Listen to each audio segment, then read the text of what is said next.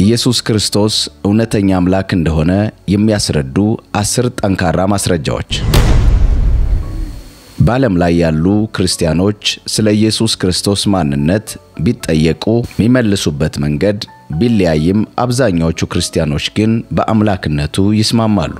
ዛሬ መጽሐፍ ቅዱስ ያስቀመጠልንን 10 ኢየሱስ ክርስቶስን አምላክ እንደሆነ የሚያስረዱ ጠንካራ ማስረጃዎችን ልናቀርብላችሁ ወደናል።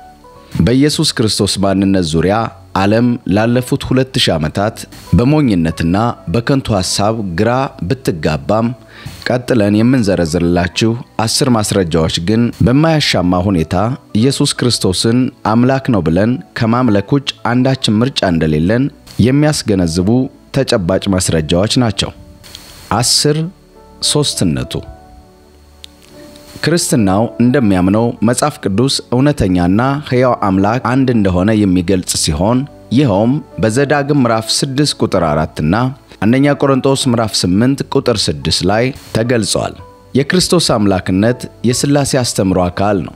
ይሄውም በአካል 3 ሆነው ማለትም አብ ወልድና መንፈስ ቅዱስን በአምላክነት ግን አንድ ሆነው የሚታዩበትና የሆኑበት ትምህርት ነው። በአካል 3 ሆነው በመለኮት በመፍጠር ይህንን ዓለም በማሳለፍ በማስተዳደር አንድ የሆኑትን አብ ወልድ መንፈስ ቅዱስ ለዘላለም የነበሩ ያሉና የሚኖሩ ሕያዋን ናቸው። በአምላክነት አንድ ስለመሆናቸውም የአብ አምላክነት አንደኛ ቆሮንቶስ ምዕራፍ 8 ቁጥር 16 የወልድ አምላክነት ዮሐንስ ወንጌል ምዕራፍ 1 ከቁጥር 1 እስከ 3 የመንፈስ ቅዱስ አምላክነት እንዲሁም በዮሐንስ ወንጌል ምዕራፍ 1 ከቁጥር 1 እስከ 3 እንዲሁም ሮሜ 9:5 ላይ እናገኛለን። ይሁን እንጂ አምላክነት አንድ በመሆኑ አንድ አምላክ እንላለን እንጂ 3 አምላክ አንልም። መጽሐፍ ቅዱስ በዮሐንስ ወንጌል ምዕራፍ 1 ቁጥር 14 ላይ የኢየሱስ ክርስቶስን በሥጋ መገለጥ ገልጾ በምድር ቆይታው ያደረጋቸውን ጸሎቶችም ከለበሰው ሥጋ አንፃር እንደሆነ በክርስትና የሚታመን ነው። 9 ከመወለዱ ቀድሞ ስለመኖሩ አዲስ ኪዳን በብዙ ክፍሎች ላይ ኢየሱስ ክርስቶስ ከመወለዱ ቀደም ብሎ እንደነበረ ያስረዳናል። ከብሉይ ኪዳን ጋር ብናገናኘውም በዘፍጥረት ምዕራፍ 1 ቁጥር 1 ላይ በመጀመሪያ እግዚአብሔር ሰማይና ምድርን ፈጠረ ይላል። የአዲስ ኪዳኑም ዮሐንስ ወንጌል ምዕራፍ 1 ቁጥር 1 ላይ በመጀመሪያ ቃል ነበረ፣ ቃልም በእግዚአብሔር ዘንድ ነበረ፣ ቃልም እግዚአብሔር ነበረ። ይህም ቃል ተብሎ የተጠራው ኢየሱስ ክርስቶስ መሆኑን ዝቅ ብሎ በሚገኝ ቁጥር 14 ላይ ቃልም ሥጋ ሆነ በማለት በእውነት ኢየሱስ ክርስቶስ አምላክ እንደሆነ ገለጸ። በተጨማሪም በዮሐንስ ወንጌል ምዕራፍ 17 ከ3 እስከ 5 ላይ እንዲህ አለ። አሁንም አባት ሆይ ዓለም ሳይፈጠር ባንተ ዘንድ በነበረኝ ክብር አንተ በራስህ ዘንድ አክብረኝ። ይህም ዓለም ሳይፈጠር ባንተ ዘንድ በነበረኝ ማለቱ ኢየሱስ ክርስቶስ ከአብ ጋር በመስተካከል ሁኔታ ከዓለማት መፈጠር አስቀድሞ የነበረ አልፋና ኦሜጋ አምላክ መሆኑን የሚገልጽ የሚያረጋግጥ ጥቅስ ነው። 8 የአይሁድ መምህራን ምላሽ በአይሁድ ሸንጎ ፊት ኢየሱስ ክርስቶስ ስለተናገረው ንግግር ክስ ቀርቦበት ነበር። በማርቆስ ወንጌል ምዕራፍ 14 ቁጥር 61 ላይ እንደሚገልጸው እንዲህ ሲሉ ጠየቁት፣ አንተ የእግዚአብሔር ልጅ ነህን? ኢየሱስ ክርስቶስም እንዲህ ሲል መለሰ። በማርቆስ ወንጌል ምዕራፍ 14 ቁጥር 62 ላይ እኔ ነኝ፣ የሰው ልጅም በኃይል ቀኝ ሲቀመጥ በሰማያትም ደመና ሲመጣ ታዩታላችሁ አለ። ይህንን ሐሳብ በብሉይ ኪዳን መዝሙር 110 ቁጥር 1 እና ዳንኤል 7 13 እስከ 14 ብንመለከት ቀደም ብለው ስለ ኢየሱስ ክርስቶስ ስለ አዲስ ኪዳን የተናገሩ ትንቢቶች እንደሆኑ እንገነዘባለን። ለዚህም ነው አይሁድ ራሱን ከእግዚአብሔር ጋር አስተካክሏል ብለው እንደ ስድብ ቆጥረው ልብሳቸውን እስከ መቅደድ ድረስ የደረሱት።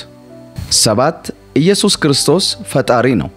ሐዋርያው ቅዱስ ጳውሎስ በቆላስይስ ምዕራፍ 1 ቁጥር 15 እንደዚህ ይለናል፣ የሕያው ምስክሮች ትምህርት ክርስቶስን የፍጥረት ሁሉ ጅማሮ እንደሆነ ይገልጻሉ።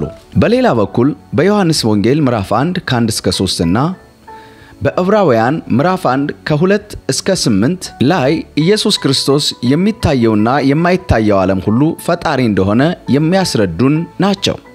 6 ኢየሱስ ክርስቶስ ራሱን እንደ መለኮታዊ ኃይል ገልጿል። ኢየሱስ ክርስቶስ በዮሐንስ ወንጌል ምዕራፍ 8 ቁጥር 24 እንግዲህ በኃጢአታችሁ ትሞታላችሁ እላችኋለሁ፣ እኔ እንደሆንሁ ባታምኑ በኃጢአታችሁ ትሞታላችሁና አላቸው። አይሁዳውያንም አንተ ማን ነህ? 50 ዓመት ያልሞላህ እንዴት ስለ አብርሃም ታወራናለህ ባሉት ጊዜ በዮሐንስ ወንጌል ምዕራፍ 8 ቁጥር 58 ላይ እንዲህ ሲል ምላሹን ሰጠ። እውነት እውነት እላችኋለሁ አብርሃም ሳይወለድ እኔ ያለሁ አላቸውም። ይህም በግልጽ ኢየሱስ ክርስቶስ አምላክ እንደሆነ የሚገልጽ ማስረጃ ነው። 5 የተከታዮቹ ምስክርነት። ሐዋርያው ቅዱስ ጴጥሮስ በሁለተኛ መልእክቱ ላይ ምዕራፍ 1 ቁጥር 1 ላይ በአምላካችንና በመድኃኒታችን በኢየሱስ ክርስቶስ ሲል በመግለጹ ቃል የኢየሱስ ክርስቶስ አምላክነት ምስክርነትን ሰጠ። በተጨማሪም ቅዱስ ያዕቆብ ምስክርነቱን ሲገልጽ በያዕቆብ ምዕራፍ 2 ቁጥር 1 ላይ በክብር ጌታ በጌታችን በኢየሱስ ክርስቶስ ያለውን እምነት ለሰው ፊት በማርላት አትያዙ በማለት ኢየሱስ ክርስቶስ ጌታ መሆኑን መሰከረ። ዮሐንስም በራእይ 22:13 ላይ አልፋና ኦሜጋ በማለት መጀመሪያና መጨረሻ የሌለው ሕያው መሆኑን አስረግጦ ተናገረ። 4 ኢየሱስ ክርስቶስ ኃጢአትን ይቅር ይላል። ሌላኛው ኢየሱስ ክርስቶስ አምላክነትን ማረጋገጫው ሐሳብ በማርቆስ ወንጌል ምዕራፍ 2 ቁጥር 5 ላይ የተናገረው የኃጢአት ማስተሰሪያ ቃል እንደዚህ ይላል። ኢየሱስም እምነታቸውን አይቶ ሽባውን አንተ ልጅ ኃጢአትህ ተሰረየልህ አለው።